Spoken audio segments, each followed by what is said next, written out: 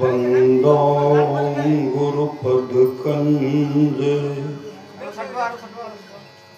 कृपा सिंधु नररूप हरि महामोह तम पुंज जासो बचन रवि करनी धन धन सतगुरु सुखदाय महिमा कही न जाय। शुरू से शुरू जो कुछ कहो तुम्हारी कृपा मोते कछु न बसाए। अव्यक्त रूप में प्रातः स्मरणीय अनंत श्री विभूषित परम पूज्य पाद सदगुरु महाराज के चरणों में कोटि कोटि नमन है। मंचासन पूज्य बाबागण विशिष्ट गुरुजन उपस्थित सत्संग प्रेम महानुभावों माताओं एवं बहनों सभी के अंदर में बैठे परमात्मा को कोटि कोटि नमन। महापुरुष की वाणी है मनुष्य जीवन की सफलता भगवत प्राप्ति में है। यह तन बार बार मिलने को नहीं है, इसलिए आगे की यात्रा के लिए अभी से भगवत भजन रूपी धन संग्रह करो। संत कबीर साहब की वाणी है बार बार नर दे नहीं यह वीर रे चेत सके तो चेत कहत कबीर रे कबीर सोई धन संचय जो आगे का होय माथ चढ़ाए गांठली जातन देखा कोय करिए नित सत्संग को बाधा सकल मिटा। का सत्संग नित्य कर लीजिए, जो भी बाधा है विपत्ति है मिट जाएगी। यह अवसर फिर ना मिले, कहते मौका फिर हाथ आने वाला नहीं है। दुर्लभ नर्तन पाए। भगवान महर्षि रमन जब सत्संग करते थे उनके सत्संग में गाय आती थी। गाय उनके सत्संग में गाय आती थी। गाय एक दिन की बात है, गाय सत्संग में नहीं आई। गाय सत्संग में नहीं आई। भगवान महर्षि रमन जब ध्यान करते हैं, ध्यान में देख लिए, क्या देखते हैं? गाय जो है जंगल में बीमार पड़ गया। गाय जंगल में बीमार पड़ गया। सत्संग समाप्ति के बाद भगवान महर्षि रमन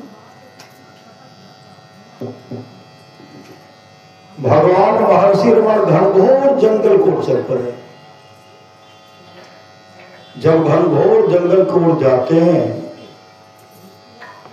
तो गाय अपने गुरुदेव को देख करके रोने लगी। आंसू बहा रही है, रोने लगी।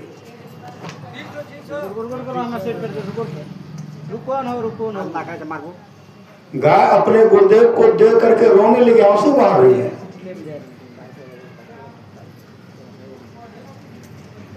भगवान महर्षि रमन कहते, गौमा आज तुम सत्संग में क्यों नहीं गई? सत्संग में क्यों नहीं आई? गाय रोकर कहे गुरुदेव क्या करो, आज मेरे शरीर में बुखार है, बुखार, कष्ट है, पीड़ा है, इसलिए मैं सत्संग में नहीं जा पाई। भगवान महर्षि रमण कहते गौमां कहो तो अगर तुम्हारे शरीर में कष्ट है, पीड़ा है, बुखार है, सबको दूर कर दो। गाय रोकर कहने गुरुदेव अब इस शरीर में रहने की इच्छा लालसा नहीं है। आपके पास जो आकर मैं बराबर आपका दर्शन क्या करते थे, सत्संग श्रवण क्या करते थे, सत्संग सुनते थे, उस पुण्य के चलते अब इस शरीर को परित्याग करूंगी। अब परित्याग करके दिव्य रूप धारण करूंगे। विष्णु लोक से विमान आने वाला है, विमान पर बैठ कर विष्णु लोक को चले जाओगे और भगवान विष्णु की चरण की अधिकारिणी बन जाओगे। उसी समय गाय अपने गुरुदेव के सामने अपने शरीर को परित्याग करती है। परित्याग करके दिव्य रूप धारण करती है। विष्णु लोक से विमान आता है, भगवान विष्णु के पार्षद आते हैं, विमान पर बैठा करके हरि कीर्तन करते हुए विष्णु लोक लेके चले गए और भगवान विष्णु की चरण की अधिकारिणी बन गए। इस सत्संग का फल है, सत्संग का फल। तो हम लोग सुन रहे थे, गिरिजा संत समागमा समन लाभ कछो। और हे गिरजा, संतों की संगति के समान दूसरा लाभ नहीं है। जो संग हम लोग को प्राप्त हुआ भी, यह संगति जो हम लोग को प्राप्त हुआ है, इसके बराबरी में दूसरा कोई लाभ नहीं है। गिरजा संत समागम समन लाभ कछुआन, बिनु हरि कृपा न हो सो गावे भेद पूरा। आप लोग जानते होंगे, देवर्षि नारद गए नरक लोक। देवर्षि नारद कहाँ गए? नरक लोक गए। जब नरक लोक गए तो क्या देखते हैं? एक पखाना का कुंड है, विष्ठा का कुंड है। एक प्राणी उसमें पड़ा हुआ है, सिर नीचे है और पांव ऊपर। जमदूत पकड़ करके विष्ठा के कुंड में, पखाना के कुंड डुबाते हैं और डुबाते हैं, बाहर करते हैं। जब बाहर करते तो छटपट कर रहे हैं, डुबाते हैं, बाहर करते, डुबाते हैं, बाहर करते हैं, वो छटपट कर रहे हैं। और देवर्षि नारद देख रहे थे। जब देवर्षि नारद उनको देख रहे थे तो नरक के कुंड में पड़ा हुआ प्राणी जब देवर्षि नारद को देखते हैं, अपना मूंछ टेरने लगे, मूंछ टेरने लगे। भगवान देवर्षि नारद कहते रहे, भैया तुम तो नरक के कुंड में पड़े हो। नरक का कुंड है, पखाना का कुंड है, विष्ठा का कुंड है। नाक और मुंह से विष्ठा स्पर्श हो रहा, पखाना स्पर्श हो रहा है, काफी दुर्गंध हो रही है, मूंछ क्यों टेर रहे हो? नरक के कुंड में पड़ा हुआ प्राणी कहते, हे देवर्षि, आज मेरे घर पर सत्संग, मेरे घर पर सत्संग हो रहा है। देवर्षि नारद कहते, किस खुशी में? नरक के कुंड में पड़ा हुआ प्राणी कहते हैं, मेरा पोता मां के पेट में है, सत्संग हो रहा है, जन्म लेगा तब सत्संग होगा, बड़ा होगा तब सत्संग होगा। अब उस घर में बराबर सत्संग होता ही रहेगा, इसलिए मूंछ टेक रहा। गिरजा संत समागम समन लाभ कछो। और आज का सत्संग है बद्री बाबू 100 परिवार मिल करके अपने पोता का जन्मदिन मना रहे। श्री सदगुरु जन्मदिन के अवसर पर क्या रखे हैं? जन्मदिन के अवसर पर सत्संग रखे। सत्संग, सबके जन्मदिन, सबके छठे शिला, सबके मुंडन संस्कार के अवसर पर, और सबके यहाँ सत्संग हो भी नहीं सकता। जो बहुत बड़े भागशाली हैं उसी के यहाँ सत्संग होता है। इसलिए भगवान शिव कहते हैं धन घरी सोई जब सत्संगा, धन जन्म द्विज भगत्य बंगा। वह घड़ी धन है जब सत्संग हो, वह जन्म धन है जिसमें द्विज की अभंग पूर्ण भक्ति हो, जिसको जीवन में संतों की संगति मिल गई, संतों का समागम हो गया, समझिए उसका जीवन मंगलमय हो गया, उसका जीवन मंगलमय हो गया। इहलोक भी बनेगा, परलोक भी बनेगा। जिसको जीवन में मिला सत्संग है उसको हर घड़ी आनंद ही आनंद है। इसलिए जीवन में सत्संग कीजिए, करिए सत्संग को, बाधा सकल मिटाइए, कोई विपत्ति नहीं रहेगी। इसलिए सत्संग तो कीजिए। अभी सुन रहे थे ना, धम्मपद में आया है, अभी सुन रहे थे, सो धन धन प्रथम गति जाके। वह धन धन है जिसकी प्रथम गति है, अर्थात जो दान में लगता है, दान में लगता है।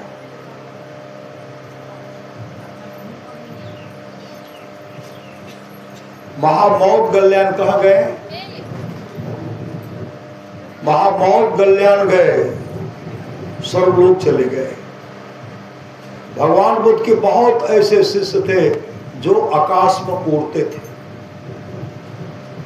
स्वर्गलोक गए। स्वर्गलोक जब गए तो क्या देखते हैं? एक बहुत सुंदर मकान है, बहुत सुंदर मकान, 25 योजन लंबाई है, 25 योजन लंबाई। 25 योजन का मतलब होता 100 कोस, 100 कोस लंबाई। ऊंचाई कितना है? 100 योजन। 100 योजन का मतलब होता 400 कोस ऊपर। लोग एक मंजिला बनाते, 2 मंजिला बनाते हैं, और 400 कोस ऊपर का मकान है। महामौत गल्याण देखते हैं कौन ऐसा भाग्यशाली होगा, जो कौन ऐसे धर्मात्मा होंगे जो इस मकान में रहेंगे। होते होते होते होते वो मकान में जाते, खिड़की होकर के झांकते, देख रहे हैं। जब देखते हैं तो उधर से अप्सरा सब निकलती है, नर्तकी सब निकलती है, और निकल करके कहती है, हे भिक्षु, आप बिहार से आए, मृत्युलोक से आए हैं, आप भगवान बुद्ध के शिष्य हैं। कहा एक नंदू सेठ है, नंदू सेठ, उसको जल्द से भेज दीजिए। कहा उनको क्यों भेजूं? कहा उन्हीं का सेवा सब मिलकर के करूंगी, पंखा ले लूंगी, नर्तकी बोल रहे कि नाचूंगी, नाच करके उनके खुश करूंगी, पंखा झेल करके खुश करूंगी। कसो क्यों? इसमें नंदू सेठ क्यों आएंगे? तब कहते हैं कि नंदू सेठ मकान बना करके उसमें सत्संग कराया, और सत्संग करा करके अपने गुरु को दान कर दिया। श्री सदगुरु सो धन धन प्रथम गति जाके, धन पुण्य रति मति सोई। बाकी सत्संग घर बना करके अपने गुरु को दान कर दिया है, उसी के लिए हम मकान है। 5 कोठरी का मकान बनाए, 100 कोस का लंबाई और 400 कोस ऊंचाई का सुंदर मकान बन गया। श्री सदगुरु, तो हम लोग अभी जो कुछ भी दान पुण्य करते हैं ना, सब दान कहाँ करते? सब करते हैं। सबके भाग में लिखा हुआ नहीं है, कर्महीन को ना मिले भली वस्तु की भोग, दाख पके वो काक को भयो पाप की रोग, अपनी परीक्षा अपना कर लीजिए। हमारे अंदर में दान की प्रवृत्ति है कि नहीं?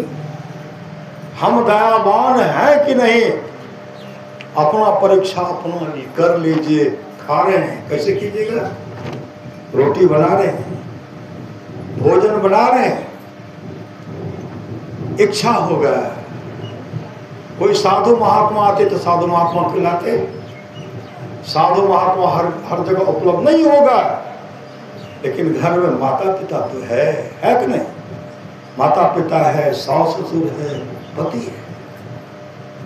अगर माता पिता को भोजन दे देंगे, सास ससुर को भोजन दे देंगे, पति को भोजन दे देंगे, महापुरुष की वाणी है, पहला रोटी साधु को, साधु ने मिले तो सास ससुर को, माता पिता को पहला रोटी गाय को, दूसरा रोटी कुत्ता को, तीसरा रोटी कौवा को। जिसके जीवन में इस तरह का प्रवृत्ति बन गया, दान का प्रवृत्ति बन गया, कभी दुख का मुख नहीं देखना, कभी दुख का मुख नहीं देखना। परमानंद महाराज की बात, स्त्रियों के लिए मोक्ष है, तो जो स्त्री मोक्ष प्राप्त करना चाहती है उसके लिए क्या, उसको क्या करना चाहिए? वो माता पिता का सेवा करे, सास ससुर का सेवा करे, पति का सेवा करे, गुरु का भक्ति करे, ईश्वर भक्ति में अनुरक्ति रखे, वो मोक्ष को प्राप्त करेंगे। कहीं जाने की आवश्यकता, कहीं जाने की आवश्यकता नहीं है। महापुरुष की वाणी है, माँ बाप से बढ़कर जग में दूजा नहीं खजाना, जिसने जन्म दिया रे उसका दिल कभी ना दुखाना। माँ बाप से बढ़कर दूजा प्यार नहीं छे, अभागलु मानव जकरा माय बाप नहीं छे। समय उठते ही सुबह हुआ, जिसके सामने एक गिलास पानी आ गया, श्री सदगुरु एक लोटा पानी आ गया, एक गिलास शरबते आ गया, श्री सुबह सुबह चाय आता है, बिस्कुट भी आता है, ले आता है। जो इस तरह का, जिस तरह का भोजन करते हैं, उनके सामने उनके बाल बच्चा जगह लेकर के चले आते हैं ना, श्री सदगुरु पुत्र आकर लेकर के चले आते हैं, पोती है लेकर के चले आते हैं, पोता है लेकर के चले आते हैं, पत्नी है लेकर के चले आते हैं, और कहते हैं पानी, ये पानी पी लियो। श्री सदगुरु पानी जैसे पिलाए अपने बुजुर्ग को, पति को, पिता को, माता पिता को, सास ससुर को पानी पिलाए, यहाँ तो आप सेवा किए, लेकिन वह पानी आपके लिए बहुत पानी जमा हो गया। कहाँ? परलोक जब गमन होगा कभी पानी की कमी नहीं होगी। पानी कमी, श्री सदगुरु पानी की कमी नहीं होगी। समय पर रोटी देते ना, भोजन देते हैं। अगर श्रद्धा से माँ जी बाबूजी गरम गरम खा लियो, गरम गरम जैसे खिलाते हैं, सास ससुर खा रहे हैं, माता पिता खा रहे हैं, आंसू बहा रहा। कौन सा आंसू आता है? सुख का आंसू। और सुख का आंसू जैसे आंख से बहा, और आंसू के साथ उनके द्वारा दुआ मिलेगा, आशीर्वाद मिलेगा। क्या? जाहो बेटा, बेटा बोल चाल के भाषा में लोग बहू को, पुतों को बेटा भी कह देते हैं। जाहो बेटी, क्यों? वो सेवारत है, सेवा करते, सच्चे हृदय से सेवा करते हैं। और उस समय कहते जाहो बेटा, जाहो बेटी, कभी दुख के मुख नहीं देखा। पर तो अगर इस तरह का आशीर्वाद उस पिता के मुख से निकल गया, उस माँ, उस सास ससुर के मुख से निकल गया, जाहो बेटा, जाहो बेटी, कभी दुख के मुख नहीं देखे, पड़ता जीवन में कभी दुख का मुख नहीं देखना पड़ेगा। इसलिए महापुरुष की वाणी है, माँ बाप से बढ़कर जग में दूजा नहीं खजाना, जिसने जन्म दिया रे उसका दिल कभी न दुखाना। माँ बाप से बढ़कर दूजा प्यार नहीं छे, अभागल मानव जकरा माय और बाप नहीं छे, इसलिए सेवा कर लीजिए। ईश्वर अंश जीव अविनाशी, अचेतन अमल सहज सुख राशि, जर्रे जर्रे में सबके अंदर परमात्मा, सबके अंदर में परमात्मा कहाँ है? बद्रीनारायण में, ऋषिकेश के हरिद्वार में कहाँ है परमात्मा? सृष्टि में आत्मा बिलख बिलख करके रो रही है, आत्मा बिलख बिलख करके रो रही है। ईश्वर कहते तू रोता क्यों है? तुमको तो मानव का शरीर मिला, तू तो अजर है, अमर है, अविनाशी है, तू रो क्यों रहा है? आत्मा कह रही है रो इसलिए नहीं हो, आपसे हम अलग हो रहे हैं, आपका दर्शन मुझे नहीं होगा। ईश्वर कहते रो मत, मैं तुम लोगों के पास में रहूंगा, मैं तुम लोगों के पास में रहूंगा। तो कहाँ रहूं? कहाँ? जंगल में, ऋषिकेश में, हरिद्वार में परमात्मा विचार करते हैं, जंगल में रहूंगा। फिर कहते हैं मानव इतना चालाक है न वह खोजिए लेगा। फिर कहते जले में, कहा जल में भी ढूंढ लेंगे, जल में ढूंढेंगे, जहां भी रहेंगे वहां ढूंढ लेंगे। तो परमात्मा किए क्या के? प्रभु तो छिपे हर प्राणी के चोले में। कहा छिप गए प्रभु? सब प्राणी के चोले में। ईश्वर अंश जीव अविनाशी, अचेतन अमल सहज सुख राशि, प्रभु सब प्राणी के चोले में छिप गए। फिर ईश्वर ने कहा, परमात्मा ने कहा मैं तुम लोगों के पास में रहूंगा। किस रूप में? मैं रहूंगा मां के रूप में, मां के रूप में। श्री सदगुरु, मां तो सबके घर में है ना, पिता सबके घर में है।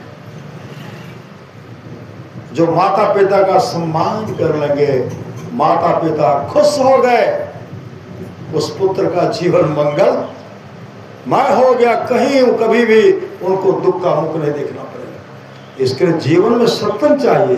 जीवन में परमार्थ की वाणी, थोड़ा सा भी सत्संग करो, बड़ा लाभ होता है। जितना लाभ की बहुत धन के मिलने, बहुत विद्या के पढ़ने से होता, उतना लाभ सत्संग से होता है। नित्य नियमित ढंग से सत्संग करो, सत्संग से खाली कोई मत रहो, कोई मत रहो। अभी अमृत की वर्षा हुई, अध्यात्म ग्रंथ का सार सार ज्ञान कह दिया। जिसको याद रहा उसको अमृत मिला, जिसको याद नहीं रहा उसने अमृत को खो दिया। लेकिन श्रद्धा चाहिए, प्रेम चाहिए। जो सेवारत है, माता पिता के सेवारत है, बहुत जगह देखता हूँ माँ का सेवा नहीं करते, पिता का सेवा नहीं करते। जब वह माँ पिताजी गांव के मुख्य व्यक्ति को कहते हैं हमार पंचायती कर दिया, तो 5 लोग कहते हैं तोहर बेटा मानता तब न। श्री सदगुरु, तोर बेटा तो बहुत बाह खर्च, वो मानता तब न। जब समाज के लोग विचार करते, उनको समझाने का कोशिश करते हैं, माँ को भोजन क्यों नहीं देते हो? पिता को भोजन देना चाहिए। वो कुपुत्र, उसको कहे कुपुत्र। कुपुत्र क्या कहते हैं? हे हो माय के कौन, माय बाप के कौन कमी छे हो, वो तो वह है ना का नहीं छे हो। श्री सदगुरु 60 वर्षों मिले छे, 60 वर्षा 300-400 रुपया मिलेगा। 1 महीना में कुछ होगा? माता पिता को कुछ होगा? फसल पुत्रे लेंगे। श्री सदगुरु सब कुछ वाले, सब कुछ पुत्रे ले लेंगे। और माता पिता का जीवन कैसे, उनका जीवन कैसे गुजर बसर कैसे होगा?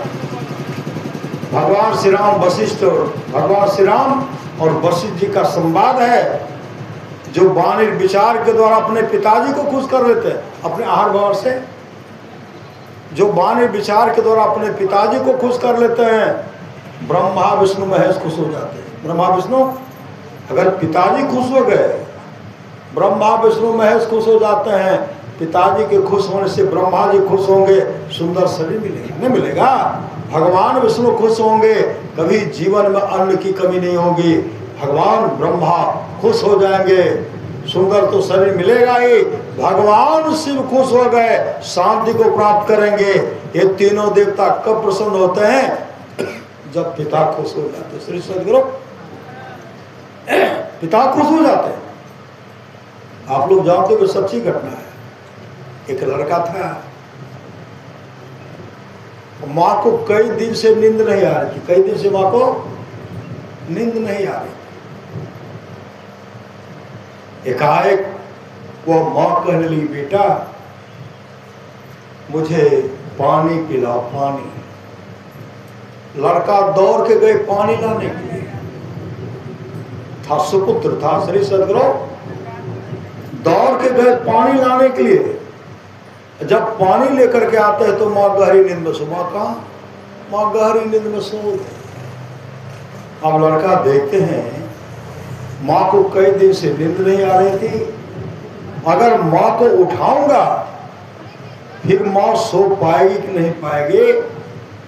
उसी समय वो माँ के पैताने में, माँ के चरण के बगल में, पाँव के बगल में खड़े हैं।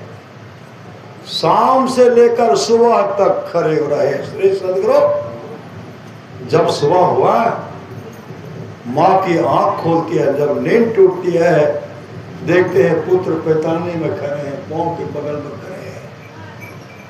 माँ कह रही, तू यहाँ क्या कर रहा है? तेरे हाथ में लोटा में क्या है? कहा चल है, पानी है। कहा कब से खड़ा है? कहा माँ आप जो शाम में पानी मांगे थे, शाम में पानी, हम पानी लाने के लिए गए, पानी लेकर के जब मैं आया ना, आप गहरी नींद में सो गए थे। मैं नहीं उठाया कि माँ को नींद आएगी कि नहीं आएगी। तो आप जो गहरी नींद में सो गई ना, इसलिए आपको नहीं उठाया। मैं यहीं खड़ा रहा। माँ कहने तू उठाया क्यों नहीं? लड़का कहने माँ आपको नींद नहीं आती तब, फिर भर रात आप जगी रहती। कहा मैं सो गई थी, तू क्यों नहीं सो गया?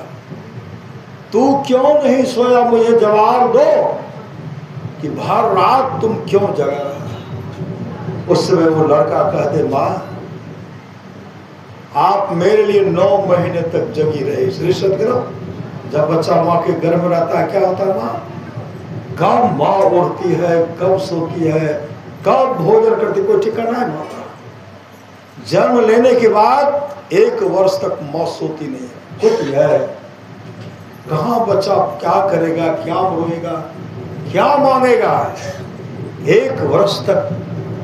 आप तो मेरे लिए 2 वर्ष तक जगी रहे। श्री सदगुरु आप मेरे लिए 2 वर्षों तक जगी रही। इतने वर्षों तक आप 2 वर्षों तक मेरे लिए जगी रही और 5 वर्षों तक आपने सेवा किया। श्री सदगुरु क्या पुत्र खाएंगे, क्या कैसे रहेंगे? आप हमेशा सेवारत रहते थे। अभी तक आपका देख रेख, आपका निगाह मेरे ऊपर है, आपका आशीर्वाद मेरे ऊपर है। जब भी मैं आता हूँ आप कहती कि बेटा खाया कि नहीं खाया। श्री सदगुरु इतना देख रेख करने वाला, इतना निगरानी करने वाली माँ, उसके लिए क्या मैं एक रात भी नहीं जग सकता? श्री सदगुरु माँ के आंख से आंसू आती है, आंसू के साथ आशीर्वाद मिलता है। जो बात दवा से हो सके वो बात दुआ से होती है। कामिल मुर्शिद मिल जाए तो बात खुदा से होती है। और ऐसे पुत्र का जीवन मंगलमय हो गया। मंगल आप लोग जानते हो कि सच्ची घटना है। श्री सदगुरु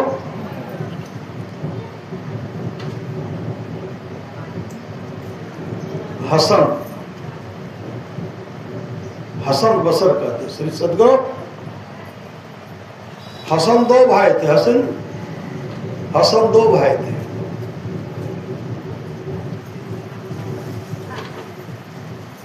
बड़ा भाई, छोटा भाई, बड़ा भाई दोनों समय निकाल करके माँ का खिदमत, माँ का सेवा करते थे। माँ का क्या करते थे? खिदमत, सेवा करते थे। छोटा भाई तो सेवा के ही थे। आज जो है बड़ा भाई का समय है, बड़ा भाई का सेवा का समय बड़ा भाई का। वो माँ का खिदमत करेंगे, वो माँ का खिदमत बड़ा भाई करेंगे।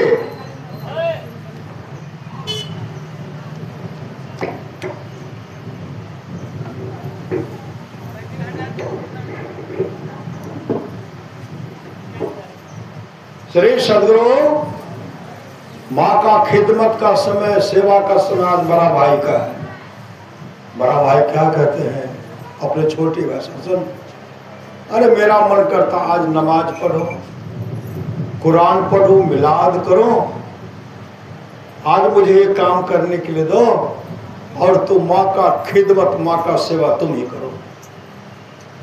छोटा भाई हाँ भर देते हैं, छोटा भाई हाँ भरते हैं। छोटा भाई सेवारत हो गए, भर रात माँ का सेवा किए, और सुबह जब हुआ आकाशवाणी हुई, मैंने हसन को बख्श मतलब मोक्ष दिया। मोक्ष का मतलब होता परमात्मा का उस पद में समा जाने के बाद, मिलने के बाद कभी संसार में दुख भोगने के लिए नहीं आना। उनकी अपनी मौत, जब चाहे वो आ सकते हैं, जब चाहे वो जा सकते हैं।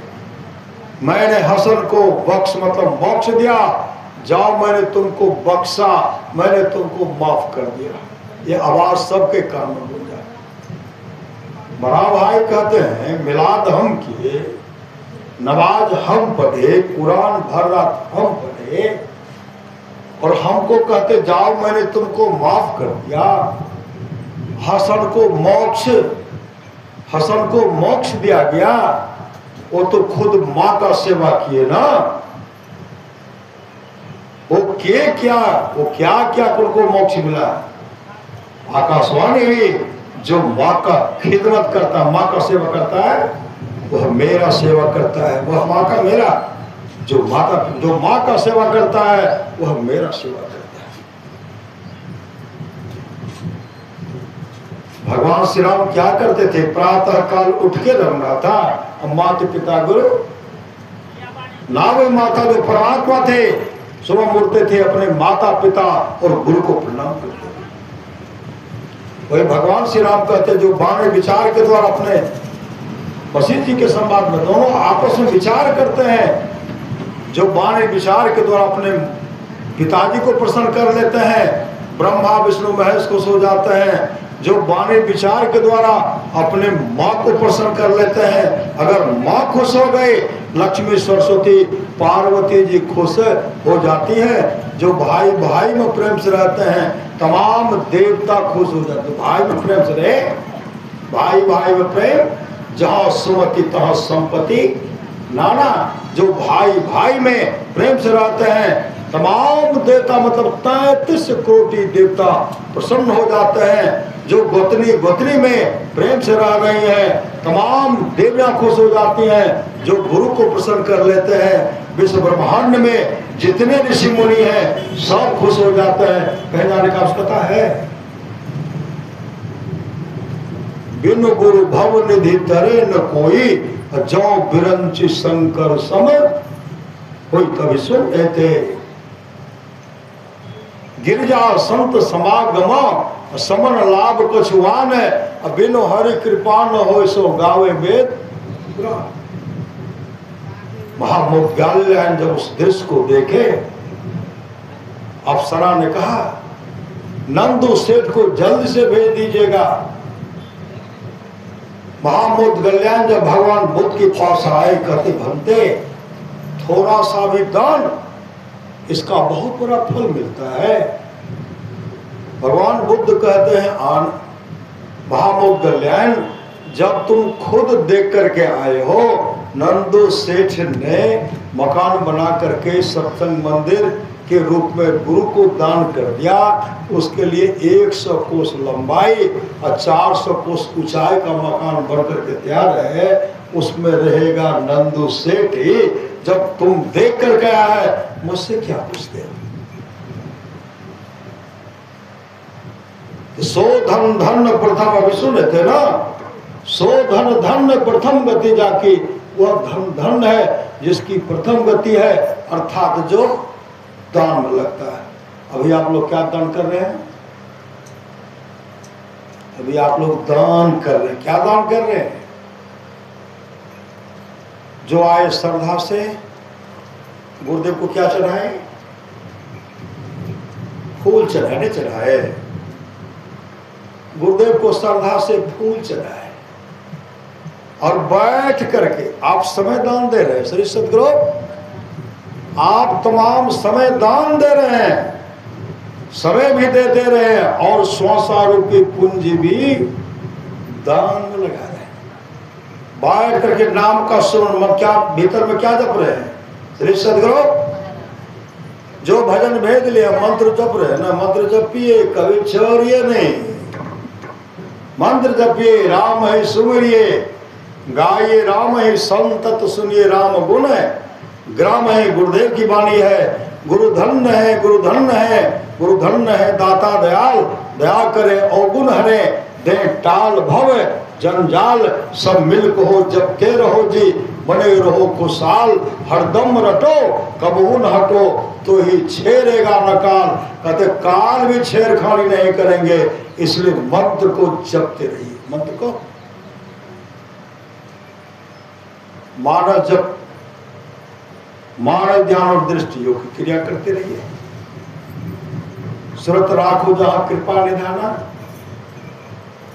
तो भगवान शिव कहते धन्य घरे सोई जब सत्संगा, धन जन्म दुज भगति अभंगा। वह घड़ी धन्य है जब सत्संग हो, वह जन्म धन्य है जिसमें द्विज की अभंग पूर्ण भक्ति हो। भगवान श्री कृष्ण की वाणी है, निष्पाप उद्धव जी, कोई कितना भी अश्वमेध यज्ञ कर ले, अश्वमेध यज्ञ करने का सामर्थ्य विश्व में किसी भी देश को नहीं है, किसी भी देश को नहीं। कोई रोके नहीं, कोई टोके नहीं। रोकने वाले तो बहुत होंगे, होंगे, राजा महाराजा भी रोक लेंगे। राजा सगर अश्वमेध यज्ञ जब प्रारंभ किए, भगवान इंद्र डर गए, भगवान इंद्र डर गए, उनके घोड़ा को चुरा लिया, क्योंकि ये सब इनका अश्वमेध यज्ञ सफल होगा, इंद्रलोक की गद्दी इनको मिलेगा। कपिल भगवान का आश्रम में बांध देते हैं और ढूंढते ढूंढते आए, देखते हैं कपिल भगवान ध्यान कर रहे हैं। राजा सगर के 60,000 पुत्र, क्या बोलना चाहे नहीं बोलना चाहे, चोर पकड़ा गया। कटु सबका प्रहार करते हैं, भगवान कपिल आंख खोलते हैं, सामने सब राख की तरह ढेर हो गया, राख। अश्वमेध भगवान राम भी अश्वमेध यज्ञ किए थे, क्या सफल होगा? सब वीर का छक्का लब को छोड़ा दे, हनुमान जी को बांध दे, बांधे वृक्ष बांध दे, कोई रोके नहीं, कोई टोके नहीं। तब वह अश्वमेध यज्ञ, ये तो बाहरी अश्वमेध यज्ञ है। श्री सद्गुरु, अंतर पथ चालो प्रभु को पालो। अश्वमेध यज्ञ करेंगे तो स्वर्गलोक की प्राप्ति होगी। अगर अंतर में प्रवेश करेंगे, अंदर में थोड़ा भी प्रकाश का झलक होगा, प्रकाश का दर्शन करेंगे, शब्द को सुनेंगे, क्या होगा? अंतर पथ चालो प्रभु को पालो, मोक्ष धाम को चले जाएंगे। कबीरा हम पैदा हुए जग हंसे हम रोए, करनी है ऐसी कैसी कर चलो, हम हंसे जग। मतलब ऐसा शुभ काम कीजिए, हंसते हुए चलिए।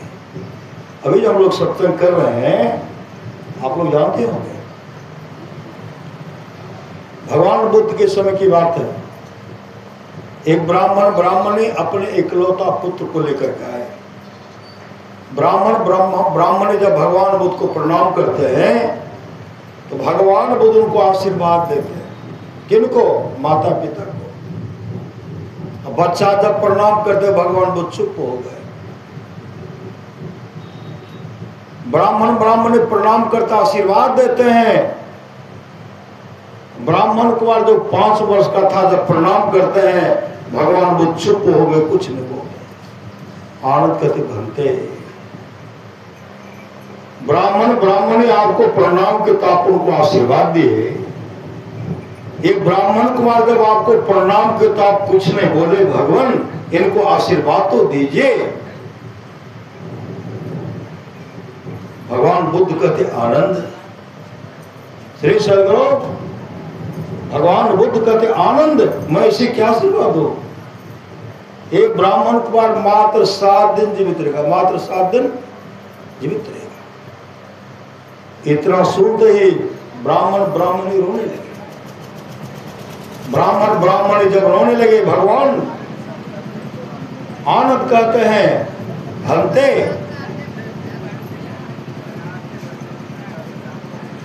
इनको आशीर्वाद तो दीजिए।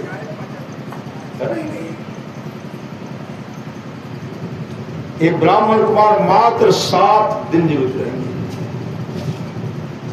ब्राह्मण ब्राह्मणी रोने लगे, आनंद कहते भंते कोई उपाय तो कीजिए। श्री सदगुरु आनंद कहते भंते कोई उपाय तो कीजिए। भगवान बुद्ध कहते देखो आनंद है, इसके लिए 7 दिन तक सत्संग करना पड़े। इसके लिए 7 दिन तक सत्संग करना पड़ेगा। 7 दिन तक ऐसा घेरा बनाओ, घेरे के अंदर में 7 दिन तक सत्संग होगा। या ब्राह्मण कुमार बैठ करके 7 दिन तक सत्संग सुनेगा। घेरा बनाएगा, घेरे के अंदर में 7 दिन तक सत्संग हुआ। ब्राह्मण कुमार आगे में बैठ करके सत्संग सुने, आगे में बैठ करके सत्संग सुने। 7वें दिन तक सत्संग का श्रवण किए। 8वें दिन जब वह ब्राह्मण कुमार भगवान बुद्ध को प्रणाम करने के लिए गए, तो भगवान बुद्ध कहते दीर्घजीवी भव, दीर्घजीवी भव।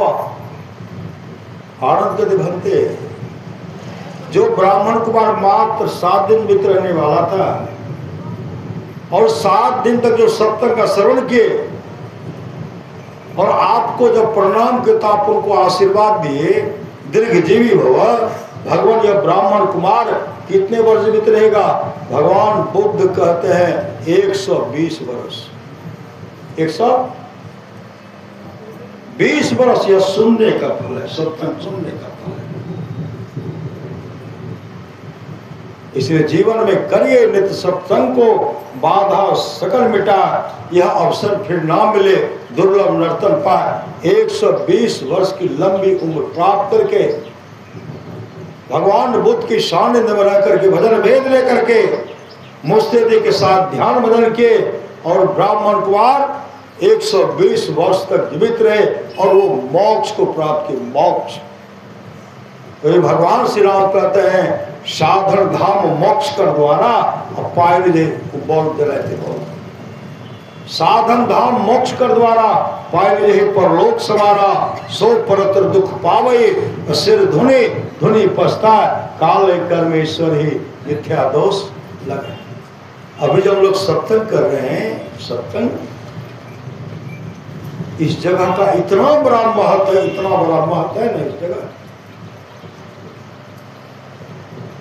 भगवान शिव ऐसे जगह पर नतमस्तक होते हैं। आप लोग जानते हो भगवान शिव मां पार्वती जा रहे थे। भगवान शिव एक जगह दंडवत हो गए, भूमि को प्रणाम करते हैं। मां पार्वती कहने लगी यहाँ तो कुछ है नहीं, आप इस जगह को प्रणाम क्यों किए? भगवान शिव कहते हैं हे देवी यहाँ सत्संग हुआ था इसलिए जगह या धरती पूजनीय है, नमन योग है। फिर आगे बढ़ गए, आगे जब बढ़ते तो वहां प्रणाम किए। भगवान शिव को मां पार्वती जी कहने लगे वहां तो सत्संग हुआ था तो आप प्रणाम किए, इस भूमि को यहाँ प्रणाम क्यों किए? तो भगवान शिव कहते हे देवी हे पार्वती यहाँ सत्संग होगा, यहाँ सत्संग होगा। हम लोग जहां सत्संग कर रहे हैं सत्संग प्रति श्रद्धा चाहिए। थोड़ा सा भी सत्संग करो तो बड़ा लाभ होता है। आप लोग जानते हो भगवान बुद्ध के एक सुदत्त नाम का शिष्य थे, जो अनाथ पिंडक उनका नाम था। सुदत्त भगवान बुद्ध का दर्शन नहीं किए थे। जब वो ससुराल पहुंचते थे, सब उनका खातिरदारी करते थे, सब आगे पीछे लगे रहते थे, सब उनके सामने बैठे रहते थे। सास ससुर पत्नी साली सरोज साला सब आगे पीछे बैठे रहते थे। एक समय जब ऐसा आया, उनके पास कोई नहीं बैठता। सुदत्त कहते हैं अब हम यहाँ नहीं आएंगे। उनकी पत्नी कहे क्यों नहीं आएगा? कहा पहले मैं आता था, सब मेरे आगे पीछे करता था, अभी तो कोई मेरे पास बैठता ही नहीं है। उनकी पत्नी कह देखिए, भगवान बुद्ध का पदार्पण होने, भगवान बुद्ध का पदार्पण होने वाला, भगवान बुद्ध का सत्संग होगा। उस सत्संग की व्यवस्था में मेरे पिताजी, मेरे सपरिवार, मेरे भाई सब लगे हुए। सुदत्त कहते क्या हमसे कोई विशेष है क्या? हम तो दमाद हैं, मेरा वो साला है, मेरे ससुर है। दमाद से भी बढ़ करके कोई होता है जो मेरे पास में रह करके वहां आगे पीछे कर रहे हैं? का एक काम किए ना, एक बार उनका दर्शन करें, भगवान बुद्ध का आप दर्शन कर लीजिए। दर्शन करने के बाद आपको पता चलेगा।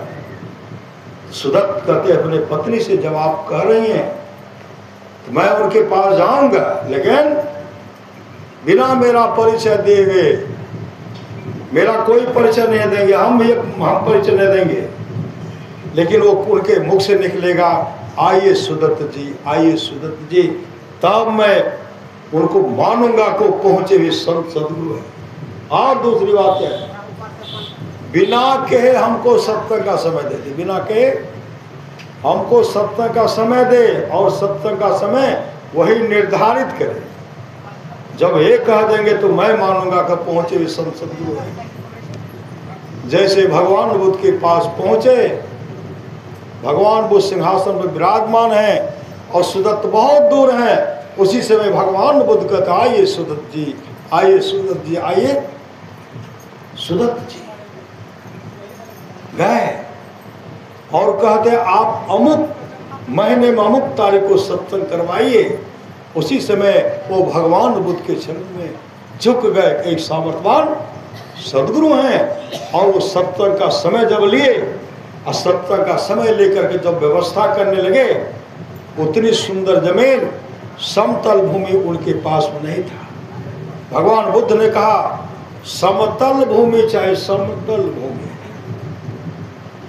वर्षों बास वहां सत्संग करेंगे। सब चैन के कुमारजेत राजा था, कुमारजेत, उनके जमीन को चयन करते यही जमीन होगा। सेठ सुदत्त, बाद उनका नाम सेठ अनाथ पिंडक पड़ा। वो पंडाल बनाना शुरू किए। पंडाल बनाना, जैसे पंडाल बना है ना श्री सदगुरु, पंडाल बना प्रारंभ हो गया। अब पंडाल जब बनता, दिन सुबह से शाम तक बनता था, और शाम के बाद कुमारजेत का सिपाही सब आता था, सब पंडाल को उजाड़ कर लेके चला जाता था। कई दिन इस तरह का पंडाल बना, खुट्टा उखाड़ करके, पंडाल उखाड़ करके लेके चला जाता था। सुदत्त के मन में, सेठ अनाथ पिंडक के मन में हुआ, पंडाल तो बनाता हो लेकिन ले कौन जाता है? तब पता चला कि कुमारजेत का सिपाही आते, मंत्री आते। तब कुमारजेत के पास अनाथ पिंडक पहुंचे। कहते राजन, हम वहाँ सत्संग कराना चाहते हैं, आपकी जमीन समतल भूमि है, भिक्षु ने, भगवान बुद्ध ने आपकी जमीन को पसंद किया है, हमको सत्संग कराने के लिए दीजिए।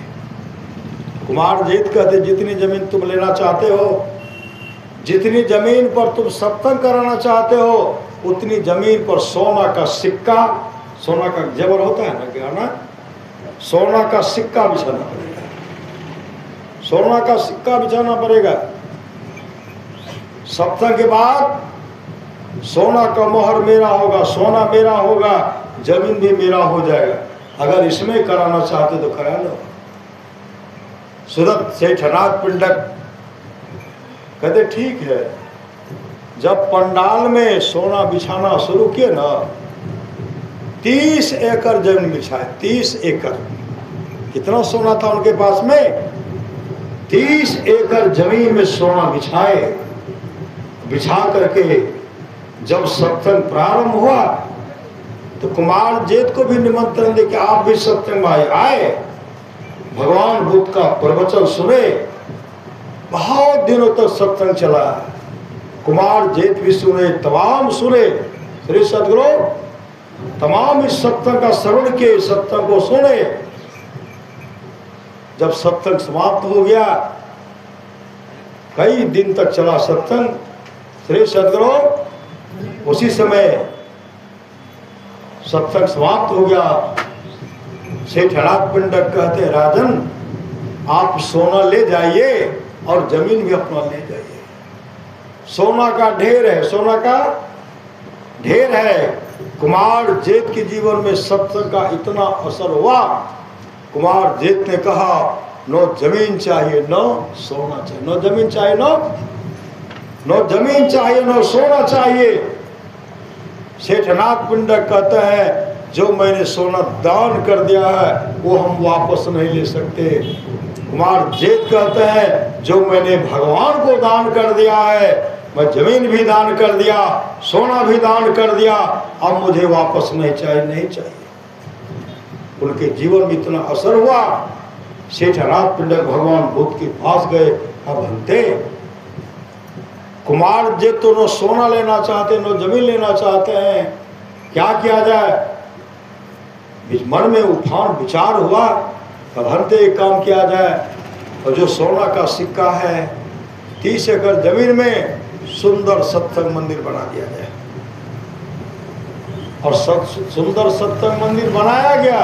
अब बना करके उसमें सेठनाथ पिंडक कहते हैं भंते इस आश्रम का नाम जेतवन रखा जाए। जेतवन कुमार जेतवन रखा गया। और भगवान बुद्ध वर्षों बाद वहाँ सत्संग करते थे। ये भूमि दान का महिमा अभी सुन रहे थे ना। उमा बाबा से क्या कर, एक माँ के पास पहुंचे, एक भक्तनी कहीं उनके पास पहुंचे। मैंने कहा 50 रुपया दीजिए, उन्होंने 100 रुपया दिया। श्री सद्गुरु तो जमा दे तो रुपया कहाँ गया? इनके पास रहा नहीं। आप जो कुछ भी दान करते हैं वह वर्धित होकर के आपके पास जमा रहता है, और जाकर के आप ही उसका उपभोग करेंगे, उसका उपभोग आप ही करेंगे। श्री सद्गुरु आप करेंगे। इसलिए अपनी अपनी करनी अपने अपने साथ करे। जो आगे आवे बाप के करनी बाप पूत पूत ही पावे, जोरू के करने जोरू खसम खसम को फलता। अपने ही करने से जीव भवजल पार उतरता। नेकी बदी है संग और न संगी कोई, देखो बुझ विचार संगे जय दोई। पलटू करनी और के नहीं और के मात, अपने अपने करनी अपने साथ। महापुरुष की वाणी है। मानव का शरीर मिला, सत्संग कीजिए।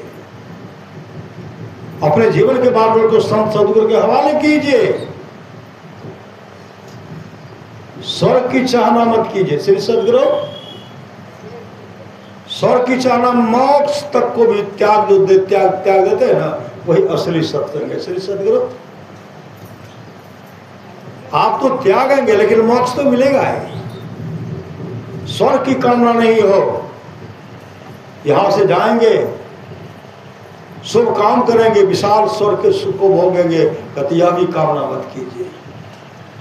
पुनः संसार में आप जब आएंगे, आप अपने जीवन में जो दान पुण्य के शुभ काम किए हैं, आपको अच्छा घर मिलेगा। श्रीमान के कुल में जन्म लेंगे।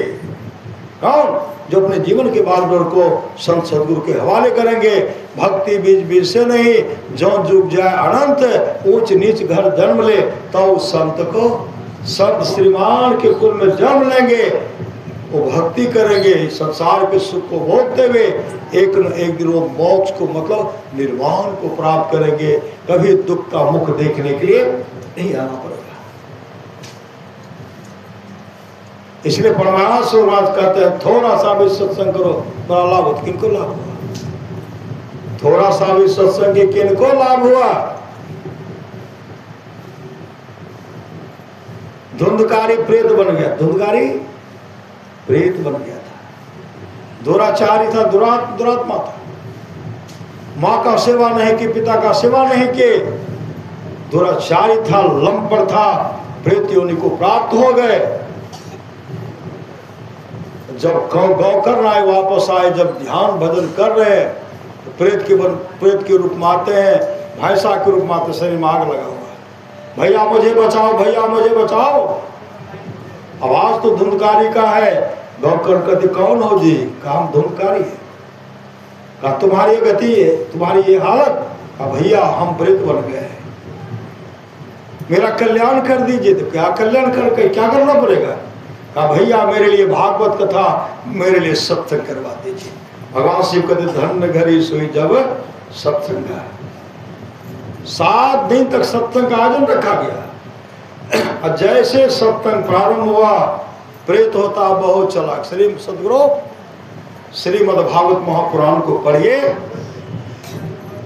श्रोता सब बैठे, भक्त सब बैठे हुए, एक 7 पुर का खंभा खुट्टा रखा हुआ, उसमें छिद्र था, छिद्र। प्रेत होता बहुत चलाक। जैसे सत्संग प्रारंभ हुआ, प्रेत उसमें सूक्ष्म रूप से घुस गए। एक दिन सुने एक पुर फटा, दूसरा दिन दूसरा पुर फटा, तीसरा दिन तीसरा पुर फटा, चौथा दिन चौथा, 5वां दिन 5वां, छठा दिन छठा, 7वां दिन 7वां पौर जैसे फटता है, जो प्रेत था दिव्य रूप में प्रकट हो गए, मतलब भगवान विष्णु के रूप से प्रकट हो। और उसी समय भगवान विष्णु के पार्षद आए, विमान पर बैठा करके हरि कीर्तन करते हुए वैकुंठ धाम लेके चले गए। इस सत्संग का फल है। वही भगवान शिव कहते हैं गिरजा संत समागम समन लाभ को छुआन, अभिनो हरि कृपा न हो सो गावे वेद पुराण राजा परीक्षित। 7 दिन तक सत्संग का श्रवण। जैसे सत्संग प्रारंभ होने वाला था, भगवान इंद्र अमृत का कलश लेकर के, श्री सदगुरु अमृत का घड़ा लेकर के श्रीमद् भागवत महापुराण को रट करके पढ़िए।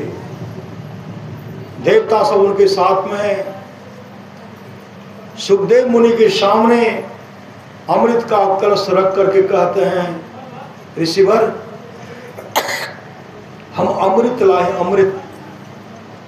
राजा परीक्षित को अमृत पिला करके अमर कर दीजिए। क्या कीजिए? अमृत पिला करके अमर कर दीजिए, उसके बदले में हम तमाम देवता को सत्संग सुना दीजिए। सुखदेव मुनि मुंह फेर देते हैं और मुंह फेरते हुए कहते हैं सत्संग से बढ़कर के अमृत क्या है? सत्संग से बढ़कर के तो कुछ है ही नहीं, कुछ है कहा नहीं जा सकता। सत्संग के सामने तो सब तुच्छ है, तुच्छ है। उसी से में राजा परीक्षित कहते हैं गुरुदेव हमको अमृत पी करके अमर होना नहीं है, हमको सत्संग सुना दीजिए, हमको सत्संग सुना दीजिए। जैसे राजा परीक्षित इस तरह बोलते हैं, भगवान इंद्र तमाम देवता लज्जित हो गए। श्री सदगुरु लज्जित हो गए और राजा परीक्षित सत्संग का श्रवण के 7वें दिन उनको तक्षक डंस करना था। तक्षक के डंस करने से पहले ही सूरत की ऊर्ध्वगति हो गई, मतलब वो मोक्ष मार्ग में चले। कहाँ चले गए? मोक्ष मार्ग में चले गए। नासिका में मतलब सुखमनिया में प्रवेश कर गए और शरीर से निकल गए और मोक्ष मार्ग मतलब वैकुंठ धाम को चले गए। तक्षक ने डंस किया, लेकिन ठट्ठर को ठट्ठर जल करके धुआं की तरफ। ये सत्संग का फल है। वही भगवान शिव कहते गिरजा संत समागम समन लाभ को छुआन, बिनु हरि कृपा न हो सो गावे वेद पुराण। आप लोग जानते होंगे आम्रपाली को धमपद में आया। आम्रपाली वेश्या थी, वेश्या। तमाम वैभव देकर के तमाम वैभव को गरीबों में बांट दिए और भगवान बुद्ध की शरण में आ गए। सत्संग सुन करके, जैसे सत्संग शाम तक चलेगा श्री सदगुरु। जो भक्त जाएंगे, किसी के मन में होगा यहीं ठहरना चाहिए, कोई रास्ते को ठहरने के लिए नहीं कहे। किसी के मन में मैंने बहुत बड़ा दान कर दिया लेकिन मुझे ठहरने के लिए नहीं कहा। लेकिन आम्रपाली कहने लगे हम इतने वैभव जो दान किए, कोई मेरा सम्मान भी नहीं करते हैं, ठहरने के लिए भी नहीं कहते हैं, कोई मेरा सम्मान भी नहीं करते हैं। इस तरह का विचार करके जो गांव की ओर देख रहे थे, गांव में प्रकाश फैल रहा था। भगवान बुद्ध उनके मन की बात को जान गए और भगवान बुद्ध प्रकाश फैलाते हुए उनके सामने प्रकट होते हुए कहते हैं, आम्रपाली क्या सोच रही है? अपने त्याग का सम्मान चाह रही है। गरीबों में जो धन को बांटा उसका त्याग चाह रही, सम्मान चाह रही है। ऐ आम्रपाली, संसार के लोगों को जब तू दे रहे थे, संसार के लोग जब तुमसे ले रहे थे, लोग तुमको चाह रहे थे, लोग तुम्हारा सम्मान कर रहे थे, तुमने देना बंद कर दिया, लोग सम्मान करना छोड़ दिए। इसलिए आए आम्रपाली, आगे बढ़ो, आगे बढ़ो। गुरुपद प्रीति नीति रत जेई, द्विज सेवक अधिकारी ते।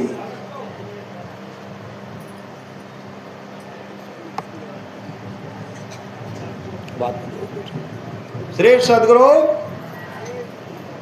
ऐ आम्रपाली, जब तू संसार के लोगों को कुछ दे रहे थे, संसार के लोग तुम्हारा सम्मान कर रहे थे, तुमको चाह रहे थे, तू देना बंद कर दिया, इसलिए संसार के लोग तुम्हारा सम्मान नहीं कर रहे। ऐ आम्रपाली, संसार के लोगों से चाहना मत कर, सम्मान मत कर, सम्मान पाने की इच्छा मत कर, इसलिए आगे बढ़ो। ऐ आम्रपाली, तुम आगे बढ़ो।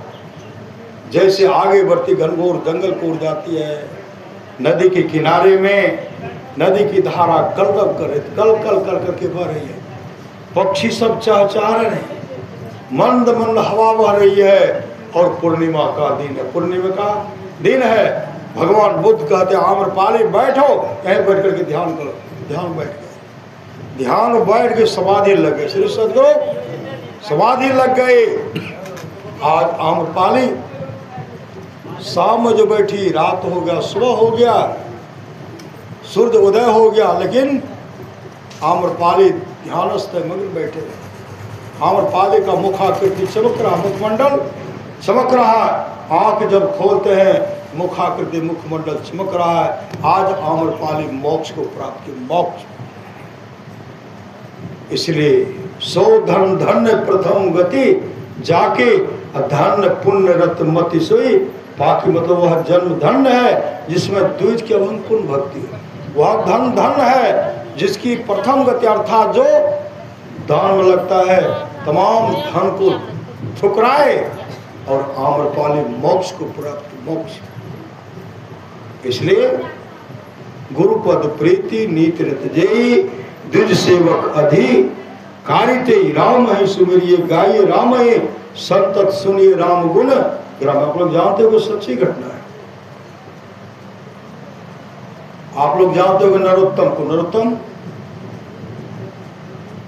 नरोत्तम माता पिता का सेवा नहीं करते थे, तपस्वी थे, एक नंबर का अहंकारी, एक नंबर का अहंकारी। हम तो सन्यासी हो गए, हम तो त्यागी हैं, तपस्वी हैं, माँ को प्रणाम क्यों करेंगे, पिता को क्यों प्रणाम करेंगे? वो जो स्नान करते थे ना, गीला कपड़ा ऊपर फेंकते थे, चला जाता था आकाश में, वहां से सूख करके कपड़ा वापस आता था, कपड़ा वहां सूख करके आता था। जब स्नान करते उनके पास चला आता था। इतने बड़े अहंकारी हो गए कि हमसे बड़े तपस्वी कोई नहीं है। एक दिन की बात है, सुबह का समय था, आकाश को देखते हैं, ठहाका मार करके कहने लगे, हम तो बहुत बड़े तपस्वी हैं, बहुत बड़े त्यागी हैं। उसी समय एक बोगला बीट कर दे। श्री सदगुरु बोगला क्या किए? बोगला बीट करते, पखाना कर दिए, ठहाका जो मारते थे इसके मुंह में चला गया।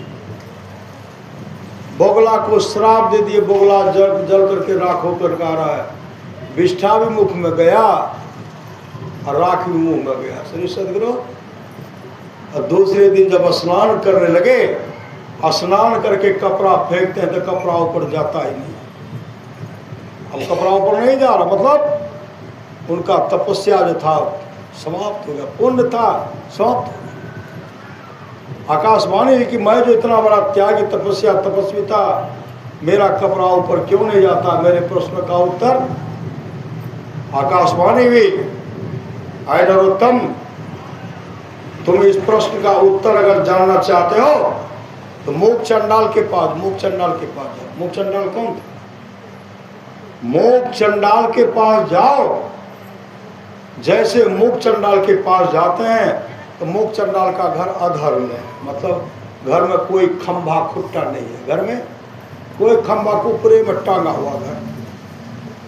उसी से मनोहर ब्राह्मण पहुंच गए, 12 वर्ष का मनोहर ब्राह्मण था, अधर में घर है, और कहते मेरे प्रश्नों का उत्तर दे दो।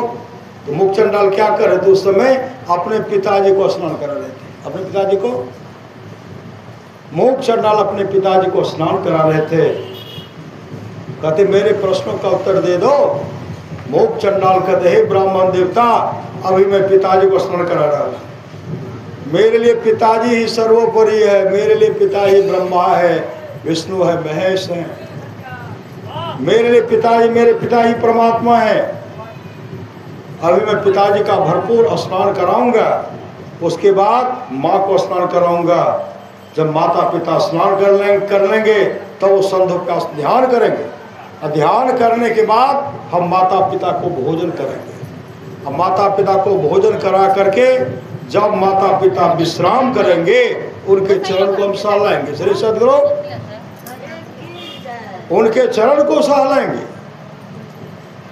जब वो सो जाएंगे तब चरण को सहलाते सहलाते जब मेरे माता पिता गहरी नींद में सो जाएंगे, तब मैं आपके प्रश्न का उत्तर दूंगा। नरोत्तम कहते तब तो हम तुमको श्राप दे देंगे, श्राप। मोक चंडाल कहता है नरोत्तम, मैं बोगला नहीं गुजर करके राखो जाऊंगा, मैं वहां बोगला नहीं हूं कि जल करके राख हो जाऊंगा। नरोत्तम का मत ही ठनक गया, वहां तो जंगल में कोई था नहीं, हम ही थे कि बोगला था। ये कैसे जान गए, ये कैसे जान गए? मनोहर ब्राह्मण से कहते हैं एक कैसे जान गए, घटना तो मेरे साथ जंगल में घटा। मनोहर ब्राह्मण तो साक्षात भगवान विष्णु थे। मनोहर ब्राह्मण कहते हैं जो माता पिता का सेवा करता है ना, पूरे ब्रह्मांड में कहाँ क्या हो रहा है जानने के लिए कुछ बाकी नहीं रहता। इसलिए मैं तेरे प्रश्नों का उत्तर न, बहुत हड़बड़ी है ना, तू चले जा पतिव्रता सुभा के पास, पतिव्रता सुभा के पास। जैसे पतिव्रता सुभा के पास पहुंचे, नरोत्तम ब्राह्मण और मनोहर ब्राह्मण दोनों पहुंचे, तो पतिव्रता सुभा अपने पति को स्नान करा रहे थे। श्री सद्गुरु अपने पति को स्नान करा रहे थे। स्नान जो करा रही थी, नरोत्तम ब्राह्मण कहते मेरे प्रश्नों का उत्तर दे दो। पतिव्रता सुभा कहने लगी हे ब्राह्मण देवता, मेरे लिए पति ही सर्वोपरि है, पति से बढ़कर के मेरे लिए कुछ नहीं है। अभी पति देव को स्नान करा रही हूँ, स्नान कराने के बाद मेरे पति देव ध्यान करेंगे, और ध्यान करने के बाद मैं पति देव को भोजन कराऊंगी। जब मेरे पति देव भोजन करेंगे, जब मेरे पति देव विश्राम करेंगे, उनके चरण को मैं सहलाऊंगी, और जब मेरे पति देव गहरी नींद में सो जाएंगे तब मैं आपके प्रश्न का उत्तर दूंगी। नरोत्तम कहते मैं तुमको भी श्राप दे दूंगा। पतिव्रता सुभा कहने लगे है नरोत्तम, मैं वह बोगला ने को जल करके राख हो जाऊंगा, वह बोगला नहीं हूं जो जल करके राख। अब नरोत्तम का माथा तो ठनक गया, इस जंगल में कोई नहीं, ये कैसे जान गई? मनोहर ब्राह्मण कहते पतिव्रता है जो पति की सेवा करती है, जो सेवारत हो गए जानते हैं, जो पति की सेवा करती है, सब देवी देवता उनके बस में रहते हैं। पति ही इनके लिए सर्वोपरि है। सावित्री ने अपने पति को जमरा से छीन लिए थे ना। सांडल्य के पति कुष्ठी थे, पाति व्रत के बल पर अपने पति को गंधर्व बना दिए, नहीं बना दिए, मां अनसुया और पति गंधर्व बना दिए। बिहुला अपने पति को जमराज से छीन लिए। एक एक जीवन चरित्र को पढ़िए, सती की नारी को पढ़िए, मां के जीवन चरित्र को पढ़िए। आज तक जो जो पति की सेवा को उसका जीवन मंगलमय हो गया। इसलिए हे ब्राह्मण देवता, मेरे पास समय नहीं है, बहुत हड़बड़ी है। तुलाधार वयस के पास, तुलाधार वयस के पास गए, दो कतार, एक बार मातृवर्ग, एक बार पितृवर्ग, एक बार मातृवर्ग, दूसरी बार पितृवर्ग है। तुलाधार वयस कहते हैं, जैसे कहते हैं तू मेरे प्रश्न का उत्तर दे दो।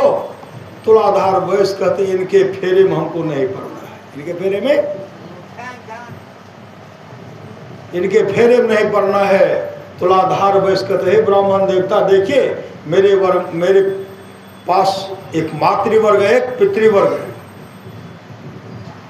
एक मातृवर्ग एक पितृवर्ग है, दोनों कतार में, एक इधर से देंगे एक उधर से देंगे। श्री सदगुरु एक इधर को देंगे एक उधर को देंगे, और देते देते रात्रि का 12 बज जाएगा। मेरे पास समय नहीं है, बहुत हड़बड़ी है। और द्रोह के पास जाइए, सज्जना द्रोह के पास जाइए। और द्रोह के पास जब गए, और द्रोह के पास जब गए तो वो चरित्रवान थे। श्री सदगुरु चरित्रवान थे। कहते आप आगे बढ़िए। सज्जना द्रोह के पास जैसे आगे गए तो देखते क्या करते हैं, एक कमल का सैया है, उस पर मनोहर ब्राह्मण बैठे। मनोहर ब्राह्मण बैठे हुए। मनोहर ब्राह्मण कभी भगवान विष्णु बनते हैं, कभी मनोहर बनते हैं। नरोत्तम कहते तो कभी आप मनोहर ब्राह्मण बनते हो, कभी विष्णु बनते हो, आप हो कौन? भगवान विष्णु कहते मैं विष्णु ही मनोहर ब्राह्मण के रूप में, जो माँ का सेवा करता है, पिता का सेवा करता है, पति का सेवा करता है, जिनका नाम तोल अच्छा है, जो पतिव्रता है, जो चरित्रवान है, उसके घर में मैं बराबर जाता हूँ। मैं ही विष्णु मनोहर के रूप में जाता हूँ। इसलिए आए नरोत्तम, तेरे जीवन में सदगुरु नहीं है। श्री सदगुरु भगवान श्री राम कहते करणधार सदगुरु दिरनावा, दुर्लभ सा सुलभ करी पावा, जोनो तरे भव सागर नर समाज स्पा, सुकृत निंदक मंदमति आत्म हन गति जाय, गुरु बिनु भव निधि तरे न कोई, जो बिरंची शंकर समय होई। परमारास महाराज कहते हैं गुरु ही तो है, गुरु पितु है, गुरु ही जीव के मितु है, गुरु सम कोई नहीं दूजा, जो जीवों को उधारा है, गुरु की नित्य कर पूजा, जगत इन सम नहीं दूजा, मैं ही को आन नहीं सूझा, फकत गुरु ही आधार सुन थे न, त्राही गुरु कहू हो, और सारा संसार से गुरु बल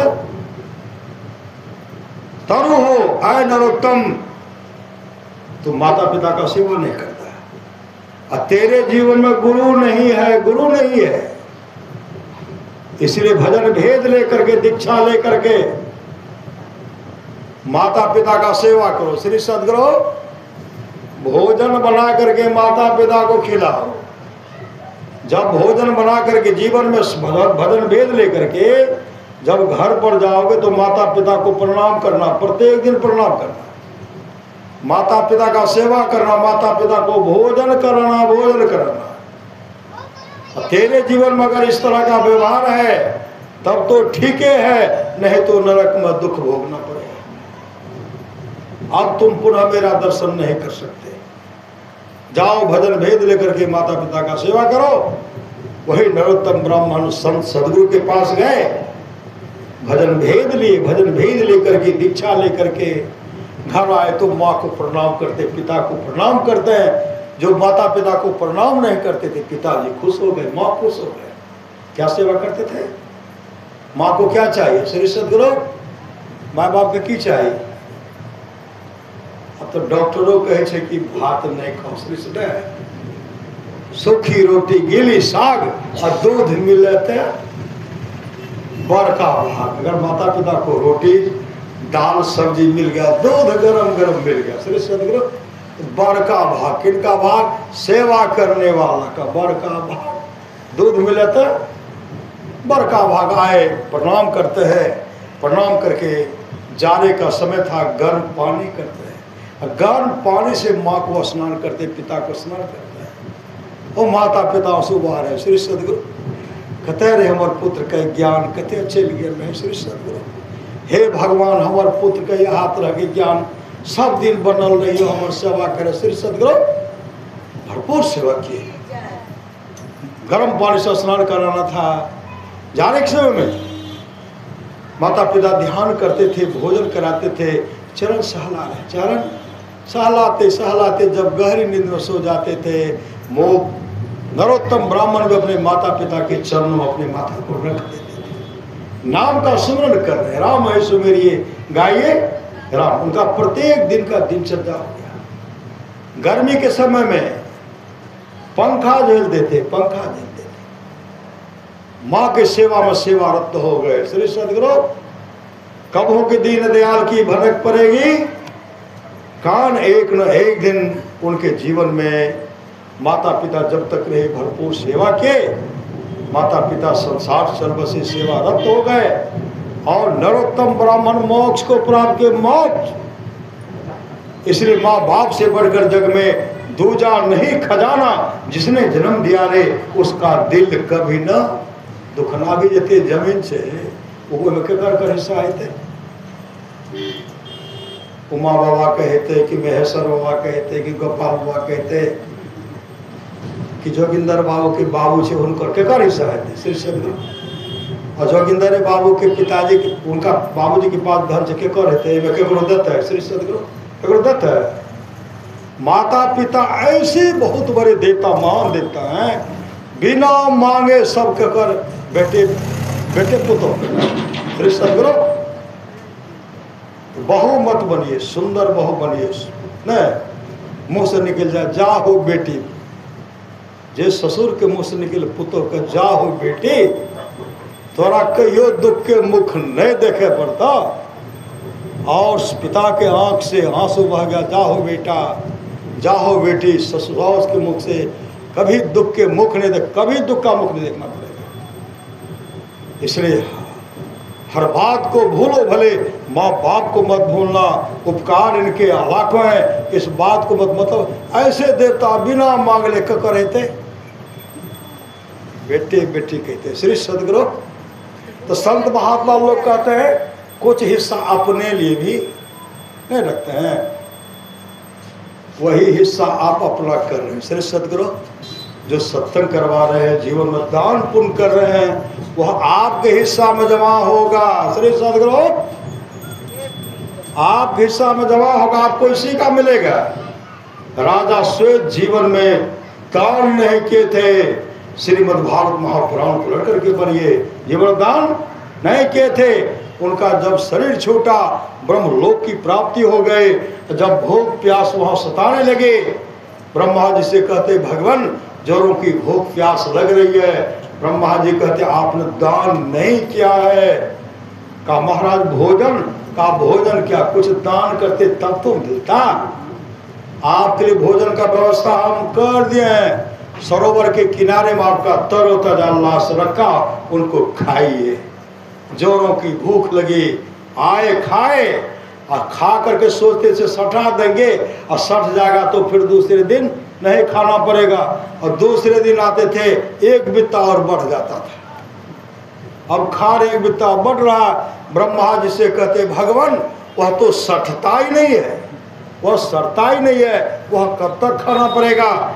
भगवान ब्रह्मा कहते हैं 100 वर्षों तक श्री सदगुरु। महाराज मेरा कल्याण कैसे होगा, खाना छोटे, कल्याण कैसे होगा। ब्रह्मा जी कहते जिस दिन आपको अगस्त ऋषि का दर्शन होगा ना, उस दिन आपका परम कल्याण होगा श्री सदगुरु। वो दिन आया, अगस्त ऋषि का दर्शन हुआ। अगस्त ऋषि ने कहा जाओ आज से तुमको भूख प्यास नहीं सताएगी श्री सदगुरु। ये हुआ गिरजा संत समागमो और समन लाभ को छुआन, बिनु हरि कृपा न हो सो गावे वेद। आप लोग जानते हो कि दाता कर्ण को, दाता कर्ण क्या दान करते थे, सोना दान करते थे, सोना। और जब शरीर छूटा, स्वर्गलोक की प्राप्ति हुई, वहां भूख प्यास सता रही है। जैसे भूख प्यास सता रही है, उनके सामने थाल में सोना परोस कर दे, सोना। ऐ बस सोना के खेवे, चिबावे कि नहीं, कैसा चिबाए, गिलियो जबे कि नहीं, श्री सदगुरु कोई नहीं चिबाएंगे, कोई नहीं गिलेंगे न, गाल में तोड़ बने कहो जैसे घोरे में निकालो, श्री सदगुरु, लेकिन चबा नहीं पाएंगे, चबाएंगे। कहते महाराज ये क्या दे, इनके मन में हुआ कि कोई होगा स्वर्गलोक का कोई मिठाई होगा, ना होगा, चमक रहा था कोई मिठाई होगा। जैसे उठाते हैं दांत दबाते थे, ठोस सोना था ना, वो कैसे चुका। महाराज क्या, कहा सोना। कहा महाराज जोड़ों की भूख लगे, सोना देते, सोना खाएंगे।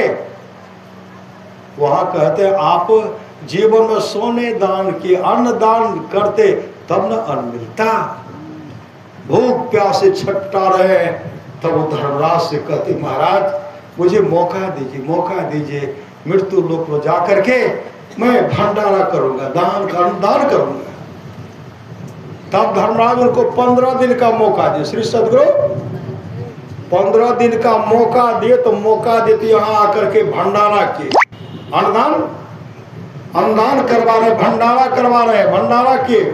15 दिन के बाद जब यहाँ से वहां गए, तो जो भूख जब लगी, तो जो भोजन यहाँ कराए थे ना, वर्धित होकर के सामने थाल परोस कर देते हैं, आराम से खाते। श्री सदगुरु आप लोग जो कुत्ता को देते हैं, नहीं देते हैं, सास ससुर को देते हैं, माता पिता को देते हैं, कौवा को देते हैं, चींटी को देते हैं, जो दान करते हैं, जो भंडारा कर रहे हैं, वही आपके लिए वहां जमा होगा। श्री सदगुरु अब कोई कंजूस नहीं बन के, नहीं हमें सत्संग नहीं करे वो, श्री सदगुरु हमें दान पुण्य नहीं करे, वहां पछते ही हो। श्री सदगुरु भगवान बुद्ध के समय की बात है, एक सेठ था और पुत्रक सृष्टि, उनके पास अपार धन था, अपार धन था, धन की कमी नहीं थी, लेकिन उनको खाने पीने में मन नहीं लगता था। सुंदर नो सुंदर भोजन पहनते थे, नो सुंदर भोजन खाते थे, नो वस्त्र पहनते थे, नो वस्त्र पहनते थे, नो भोजन खाते थे, एक भी पुत्र नहीं था। उनका जब शरीर छूटा, जीवित अवस्था में सूखा खाते, सूखा फटा पुराना वस्त्र पहनते थे, मैला कुचेला, रूखा सूखा खाते थे। जब उनका शरीर छूटा, राजा प्रसेनजित उनके सब धन को ढोए, कई दिन तक अपने गाड़ी से, बैलगाड़ी से उनके धन को ढोए, अपार धन हो गया।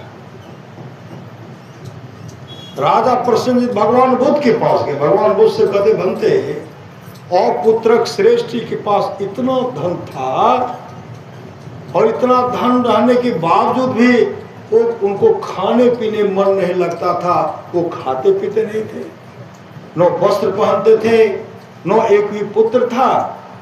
भगवान बुद्ध कहते हैं राजन, इससे पूर्व जन्म की बात है, एक प्रत्येक भिक्षु को, तगर सिखी भिक्षु को दान किए थे, दान किए थे, और धन दान दे करके मन में फिर कहने लगे बेकारे दे दिया। श्री सदगुरु बेकारे दे दिए, जो पश्चाताप किए ना, धन तो दान के, वह दान वर्धित होकर के उनके पास आया, और बेकारे दे दिए न बाबा के, नहीं श्री सदगुरु खाने पीने में उसका मन नहीं लगता। कहा महाराज एक भी पुत्र नहीं था, उसी जन्म में अपने भतीजे को जंगल ले गया, मन में अगर इसका हत्या कर, इसको मार देंगे ना, इसका भी धन मेरा हो जाएगा। धन के लालच में अपने भतीजा को जंगल में ही मार दिए, उसके चलते जन्म उसको एक भी पुत्र नहीं हुआ। श्री सदगुरु महापुरुष की बात, 100 धन ने प्रथम गति जाके, धन पुण्य रत मति सोई पाकि, वह धन है, इसकी प्रथम गति अर्थात जो दान में लगता है। इसलिए जीवन में सत्संग नित्य और ध्यान नित्य संलग्नता के साथ कीजिए, यही लोक परलोक दोनों मंगलमय होगा। आप लोग जानते हो सच्ची घटना है, सेठ अनाथ पिंडक को एक ही पुत्र था, एक पुत्र था जिसका नाम था काल। जिसका नाम था काल था। बहुत लंपट, अपने घर के सामान को चुरा लेता था, अपने घर के सामान को चुरा लेता था। सेठ अनाथ पिंडक देखते थे अपने घर के धन को बर्बाद। इकलौता पुत्र धन किसका, उसे काम होगा। एक दिन की बात है, सेठ अनाथ पिंडक कहते हैं काल, भगवान बुद्ध का सत्संग में जाओ। तो काल कहते हमको सत्संग से लेना देना नहीं। इसमें बहुत को कहे होंगे आपने सत्संग में नहीं, अब सत्संग में संग नहीं धारा है सदगुरु। कहते हमको सत्संग से कुछ लेना देना नहीं है श्री सदगुरु, हमको सत्संग से कुछ लेना देना नहीं है। कहते जाओ ना, कहा हम नहीं जाएंगे। सेठ अनाथ पिंडक कहते आज अगर तुम सत्संग में जाओगे ना, तुमको 100 करसापन देंगे। आज जाएंगे तो 100 दीजिएगा। कहा तब तो जाऊंगा, 100 करसापन हमको दे दीजिए। 100 करसापन तब सत्संग में गए तो सबसे पीछे खुट्टा का सहारा लेकर के बैठे। पंडाल में गए, सो गए। श्री सदगुरु भगवान बुद्ध का प्रवचन हो रहा, पंडाल में जाकर के सो गए और बिच्छे मुड़ करके कई गांव भ्रमण करते हुए दूसरे दिन घर आए। सेठ अनाथ पिंडक कहते काल, भगवान बुद्ध का सत्संग क्या सब सुना बताओ। काल कहते आप सत्संग सुनने के लिए कहे थे, कहा आपने कहा जाओ तो हम गए, खुट्टा का सहारा लिए बैठ गए, गहरी नींद में सोए, नींद टूटी, कई गांव होकर कभी आ रहे। आप सुनने के लिए कहते तब तो हम सुनते। सेठ अनाथ पिंडक कहते श्री सदगुरु, सेठ अनाथ पिंडक कहते काल आज तुम फिर सत्संग में जाओ। कहा नहीं जाऊंगा। कहा आज अगर जाओगे तुमको 1000 कारसा 1000 देंगे कारसापन। आज जाएंगे तो 1000 कारसापन दीजिएगा। कहा तब तो जाऊंगा, पहले 1000 कारसापन का गट्ठर हमको दे दीजिए, गट्ठर बांध दिए तब हम जाएंगे। बंधवाए जब जाने लगे, सेठ अनाथ पिंडक कहते काल आज तुमको हम 1000 कारसापन दिए हैं। आज भगवान बुद्ध का जो जो प्रवचन होगा वह प्रवचन सुन करके सुनाना पड़ेगा। काल कहते पिताजी आज हम सत्संग में सबसे पहले जाएंगे, सबसे आगे बैठेंगे और भगवान बुद्ध का जो जो प्रवचन होगा वह प्रवचन सुन करके आपको सुनाऊंगा। सबसे पहले आगे बैठे, भगवान बुद्ध मंच पर हैं, काल आगे बैठे एक टक भगवान बुद्ध को देख रहे हैं। प्रवचन शुरू हो गया। काल सुनने, काल को सुनते सुनते काल को समाधि लग गई। समाधि अंतरपथ चालो प्रभु को पालो, अद्भुत अंतर की डगरिया जा पर चलकर प्रभु मिलते। आज काल को समाधि लग गई। काल आत्मस्वरूप का दर्शन कर लिए। पंडाल खाली हो गया। भगवान बुद्ध अपने निवास में गए। सेठ अनाथ पिंडक घर पर विचार करते हैं आज अभी तक मेरा पुत्र काल सत्संग से नहीं आया, मेरे पुत्र काल को क्या हो गया। ये जो सोच रहे थे भगवान बुद्ध उनके मन के बात को जान गए। भगवान बुद्ध अपने निवास से पंडाल मारते हैं तो देखते काल को समाधि लगे। काल बैठे, भगवान बुद्ध उनके पीठ को थपथपाते हुए कहते पुत्र काल उठो, तुम्हारा पिताजी तुम्हारा इंतजार कर रहे हैं। काल जब आंख खोलते तो सामने में सदगुरु हैं, उनके चरण लिपट गए। भगवान बुद्ध आगे आगे पीछे पीछे। काल सेठ अनाथ पिंडक के घर पर गए, वहाँ भोजन का व्यवस्था कराया। एक ही जगह बैठ करके भगवान बुद्ध काल भोजन कर रहे हैं। आज काल न इधर देख रहा न उधर देख रहा है, आंख बंद किए हुए थाल में हाथ दे रहे हैं, खा रहे हैं। सेठ अनाथ पिंडक को रहा नहीं गया। भगवान बुद्ध से कहते भंते पहले दिन जब तक कल काल कारसा पर लिया नहीं तब तक सत्संग में गया नहीं। आज तो लेना दूर रहा, आज तो देखता तक भी नहीं है। भंते मेरे पुत्र काल को क्या हो गया, मेरे पुत्र काल को किनकी आंखें लग गई, किनकी नजर लग गई। भंते मेरे पुत्र काल को ठीक कर दीजिए। उसी समय काल जब आंख खोलते हैं, काल का मुखाकृति मुखमंडल चमक रहा था। ज्योति जग जावे अति सुख पावे। उसी समय भगवान बुद्ध कहते शेर जी आज आपके पुत्र काल को उस सुख की प्राप्ति हो गई है। मतलब सम्राट के पद से भी आगे का सुख, इंद्रलोक के सुख से भी आगे का सुख, ब्रह्मलोक के सुख से भी आगे का सुख आज आपके पुत्र काल के सामने तीनों लोक की संपदा जो है तुच्छ है, तुच्छ है, तुच्छ है। मतलब आज काल अपने आत्मस्वरूप का दर्शन कर लिए, आज काल मोक्ष धाम के अधिकारी हो गए। वही भगवान शिव कहते हैं धन घरे सोई जब सत्संगा धन जन्म दुज भगत अभंगा। अमर मुनि का उपदेश है 100 काम को छोड़ करके स्नान करना चाहिए, 1000 काम को छोड़ करके भोजन करना चाहिए, लाख काम को छोड़ करके सत्संग करना चाहिए, करोड़ों काम को छोड़ करके अपने जीवन के बागडोर को संत सदगुरु के हवाले करना चाहिए। भगवान श्री कृष्ण की अमृत वाणी है, निष्पाप उद्धव जी कोई कितना भी अश्वमेध यज्ञ कर ले, कृष्ण नारायण आदि आदि व्रत कर ले, उसके द्वारा में सुलभता से प्राप्त नहीं होता। बस एक सत्संग ऐसा जरिया है जिसके द्वारा में सुलभता से प्राप्त हो जाता, उस भक्त के वश में हो जाता और उस भक्त का परम कल्याण हो जाता। परमारास की वाणी है, सत्संग करने के लिए बादशाही ठाट मार की जरूरत नहीं है, वृक्ष के नीचे घास बिछा करके भी सत्संग करने के लिए सदा तैयार रहिए। गुरुदेव की वाणी है, जिसके आसपास में सत्संग हो वहाँ के लोग घर में बैठे रहे, सत्संग में नहीं आवे नहीं जाए। समझिए ऐसे लोगों का भाग संस्कार बहुत गिरा हुआ है। पुनः सद्गुरु महाराज कहते हैं जो लोग बहुत दिनों से सत्संग करते आ रहे हैं, अभी कर रहे हैं, आगे भी करेंगे, वे सभी महासुख के भाग्य होंगे। पुनः सद्गुरु महाराज कहते जो लोग थोड़ा सा भी सत्संग करो बड़ा लाभ होता है। इतना लाभ कि बहुत धन के मिलने, बहुत विद्या के पढ़ने से होता, उतना लाभ सत्संग से होता है। नित्य नियमित ढंग से सत्संग करो, सत्संग से खाली कोई मत रहो। अभी अमृत की वर्षा हुई, अध्यात्म ग्रंथ का सार सार ज्ञान कह दिया। जिसको याद रहा उसको अमृत मिला, जिसको याद नहीं रहा उसने अमृत को खो दिया। आज का सत्संग जो है बद्री बाबू अपने पोता के जन्मदिन के अवसर पर सत्संग हो रहा है। रामचरितमानस में आया है, मति की रति गति भूत भलाई, जब जही जतन जहाँ जही पाई, सो जानव सत्संग प्रभाव लोकों वेदना अनुभव। तमाम चीजें आज तक जिस किसी को प्राप्त हुआ है सत्संग के प्रभाव से हुआ जाना चाहिए। लोक वेद में इसके मिलने का दूसरा कोई उपाय नहीं है। भगवान श्री राम कहते हैं भगत स्वतंत्र सकल सुख खाने, बिनु सत्संग न पावे प्राणी। उनके माता पिता दादा दादी तमाम परिवार के लोग बच्चे के लिए जन्मदिन के अवसर पर सत्संग करवा रहे हैं। उनके जो चाहना है, जो कामना है, उनके चाहना और मनोकामना को सद्गुरु ही पूरा करेंगे।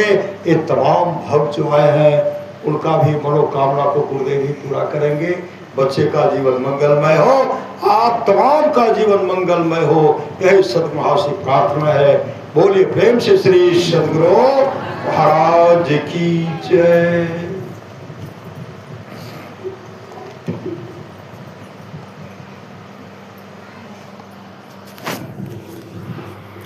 श्री सद्गुरु महाराज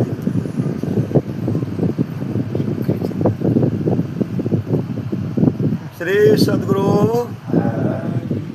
उमा वाकन श्री सद्गुरु महाराज, श्री सद्गुरु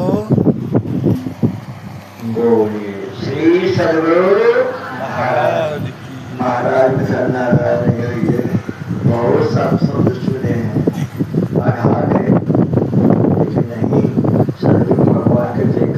सहयोग करने से सहयोग करने से कोई पाप नहीं होगा, बलात्कार होगा।